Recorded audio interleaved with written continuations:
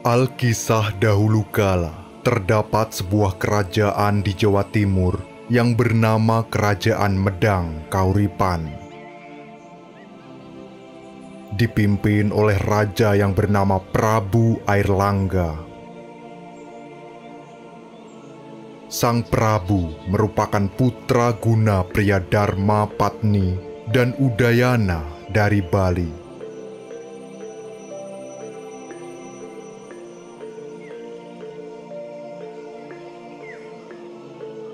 Sang Prabu bisa menjadi raja di Medang karena menikahi putri kerajaan Medang.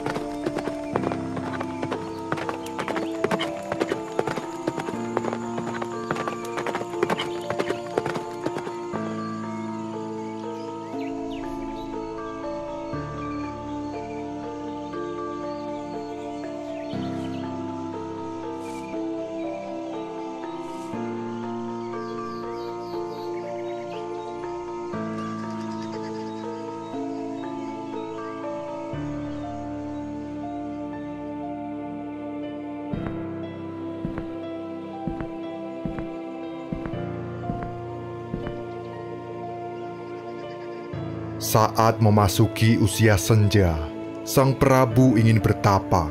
Tentu saja dia harus menyerahkan tahta terlebih dahulu kepada putri sematawayangnya dari permaisuri, yaitu Putri Diah Sanggra Mawijaya.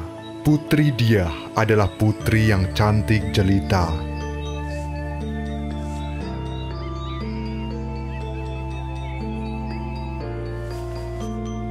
Mendengar keinginan ayahnya tersebut, sang putri justru menolaknya karena dia sendiri tak ada keinginan untuk meneruskan tahta. Malah sang putri berkeinginan untuk menjadi seorang pertapa. Ampun ayahanda, dengan penuh hormat, hamba ingin menyampaikan sesuatu hal. Apakah itu anakku? Hamba tidak ingin naik tahta menggantikan ayahanda. Hamba hanya ingin menjadi pertapa. Sebenarnya besar harapanku tahta ini turun kepadamu, anakku. Tapi jika memang keinginanmu ingin menjadi seorang pertapa, ya sudah, aku tak akan menghalanginya.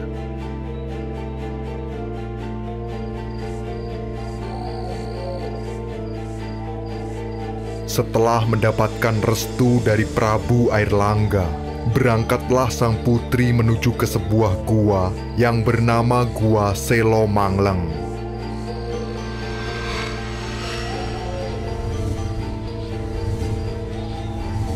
Kemudian sang putri Diah Sanggra Mawijaya berganti nama menjadi Dewi Kili Suci.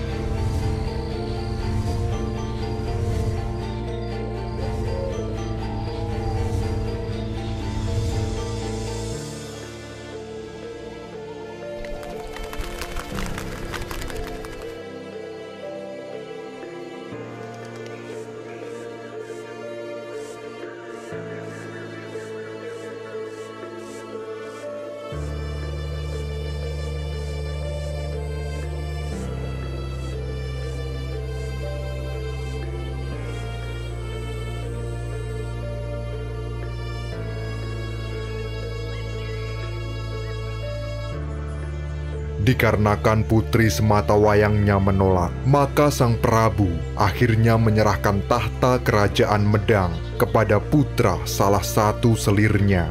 Akan tetapi timbul masalah baru. Sang selir memiliki 2 orang putra yang bernama Raden Jayangrana atau Mapanji Garasakan dan Raden Jayawarsa atau Sri Samarawijaya.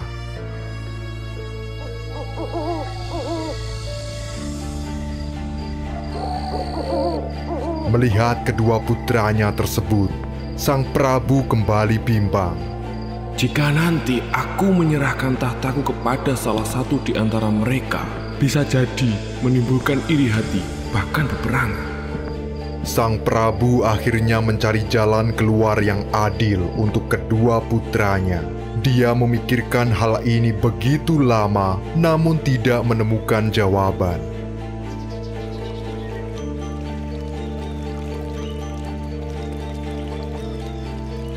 Hingga akhirnya teringat dengan Empu Barada atau Arya Barada, yaitu seorang pertapa yang terkenal dengan kebijaksanaan dan kesaktiannya.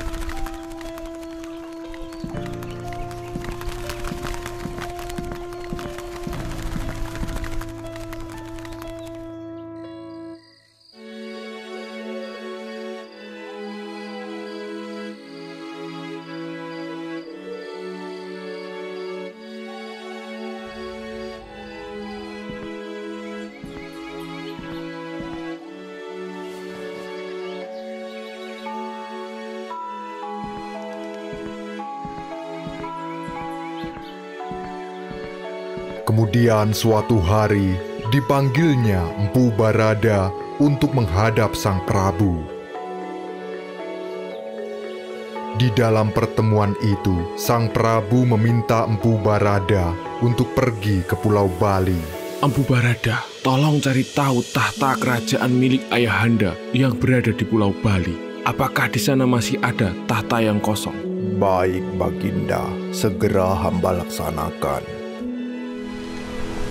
Akhirnya Empu Barada berangkat menuju Pulau Bali.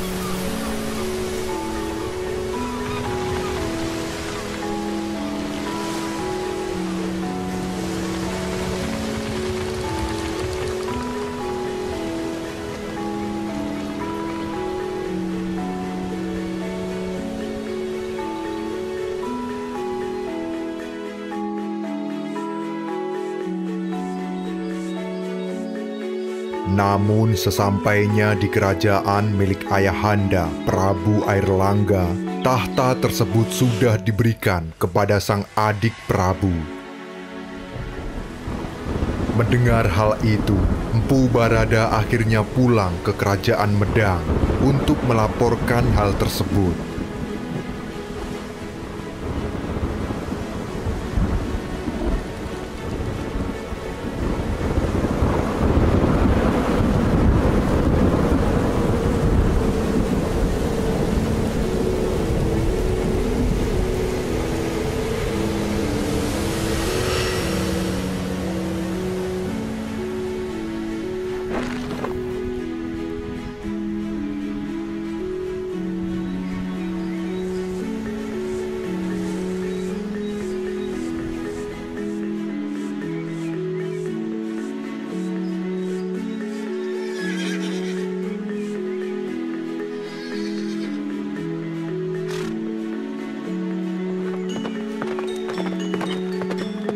Dia segera menghadap Prabu Airlangga.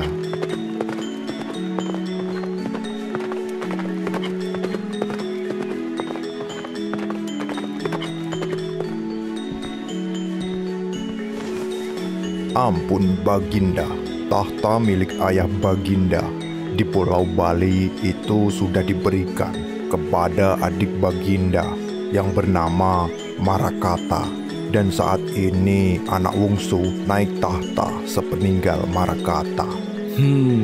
Baiklah kalau memang seperti itu. Tak apa, terima kasih Empu sudah melaksanakan apa yang aku minta.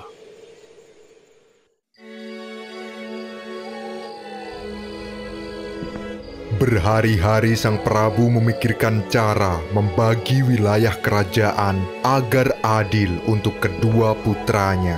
Akan tetapi, tetap saja sang Prabu Airlangga tak menemukannya.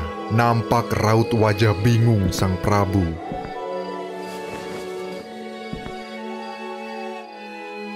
Hingga akhirnya dipanggil kembali Empu Barada untuk menghadap sang Prabu. Ampun Baginda Raja, ada apakah gerangan sehingga Baginda memanggil hamba kemari? Aku belum menemukan cara menyelesaikan persoalan tentang tahta ini. Tolong bantu aku membagi kerajaan ini dengan adil untuk kedua putraku. Ampun Baginda, jika diperkenankan, bagaimana kalau hamba saja yang membagi kerajaan Medang ini menjadi dua bagian yang sama besar? Itu lebih baik Empu. Akan tetapi, bagaimana cara engkau membaginya? Serahkan semuanya kepada hamba Baginda. Hamba akan mengaturnya. Baiklah, aku serahkan masalah ini kepadamu.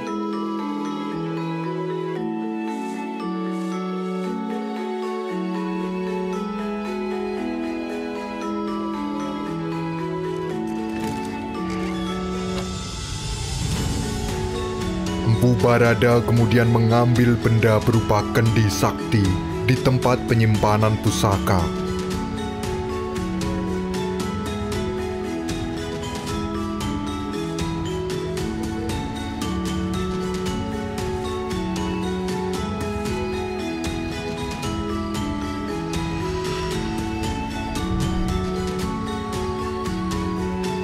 Dengan kesaktiannya, Empu Barada mengambil 7 sumber mata air untuk dimasukkan ke dalam kendi tersebut.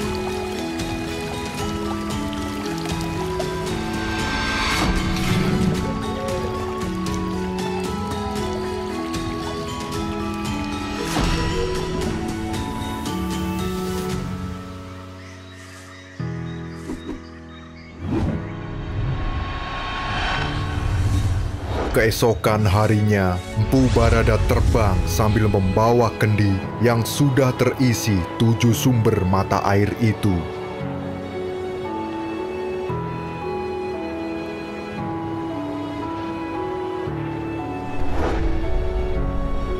Dia terbang mencari lokasi yang tepat untuk dijadikan pembatas antar wilayah.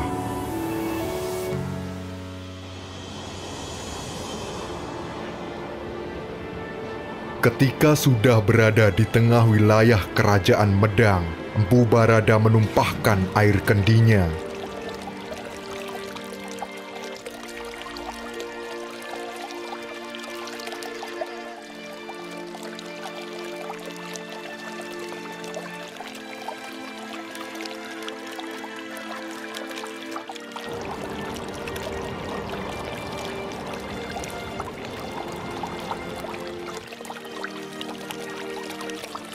Secara ajaib, air yang tumpah dari kendi itu berubah menjadi aliran air yang deras.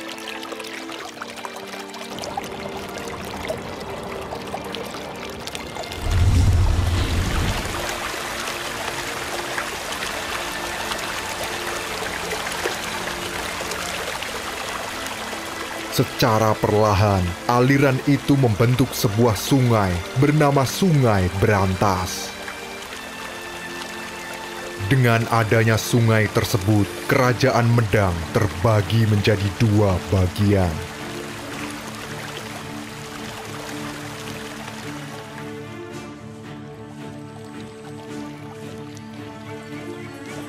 Ampun Baginda, hamba telah selesai membuat batas kerajaan menjadi 2 bagian sama besar. Wah, sungguh ini kabar yang menggembirakan untukku, Empu. Terima kasih banyak atas bantuanmu. Akhirnya masalah ini telah terselesaikan. Setelah kerajaan terbagi menjadi 2, Prabu Airlangga segera menyerahkan kepada kedua putranya, yaitu Raden Jayengrana dan Raden Jayawarsa. Kini kuserahkan tahtaku kepada kalian. Bagian kerajaan Medang sebelah timur Sungai Berantas kuserahkan kepadamu, Jayeng Negara. Kerajaan itu kuberi nama Kerajaan Jenggala. Bagian barat sungai aku serahkan kepadamu, Jayawarsa. Kerajaan itu kuberi nama Kerajaan Panjalu.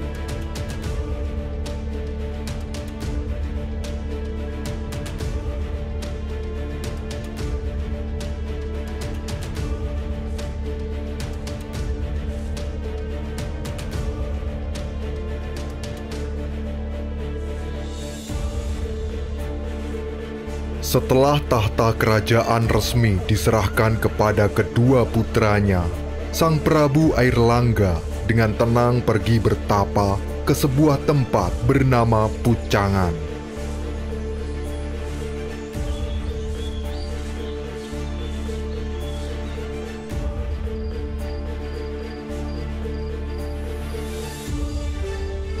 Selama masa bertapa, dia berganti nama menjadi Maharesi Gentayu.